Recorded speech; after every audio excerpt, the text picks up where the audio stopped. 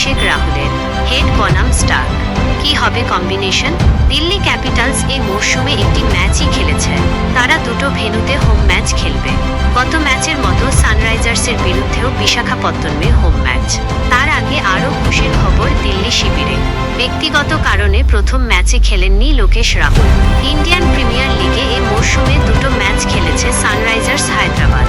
শুরুটা বিধ্বংসী হয়েছিল, তবে গত ম্যাচে তাদের মানসিকভাবে জোরালো ধাক্কা দিয়েছে লখনৌ সুপার জায়ান্টস। গত মরশুম থেকেই অতি আগ্রাসী ক্রিকেট খেলছে সানরাইজার্স।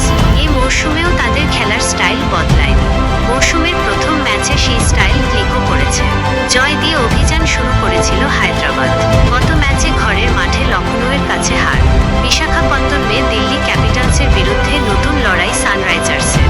দিল্লি ক্যাপিটালসের মরশুমে একটি ম্যাচই খেলেছে। তারা দুটো ভেন্যুতে হোম ম্যাচ খেলবে। গত ম্যাচের মতো সানরাইজার্সের বিরুদ্ধেও বিশাখাপত্তনমে হোম ম্যাচ। তার আগে আরও খুশির খবর দিল্লি শিবিরে। ব্যক্তিগত কারণে প্রথম ম্যাচে খেলেননি লোকেশ রাহুল। সদ্য কন্যা সন্তানের পিতা হয়েছেন। গতকাল টিমের সঙ্গে ফের যোগ দিয়েছেন রাহুল। আজ তার নতুন টিম দিল্লি ক্যাপিটালসের হয়ে মাঠে নামতে চলেছেন রাহুল। তবে এই ম্যাচের সেরা আকর্ষণ হতে পারে মিচেল স্টার্ক বনাম ট্রাভিস হেড।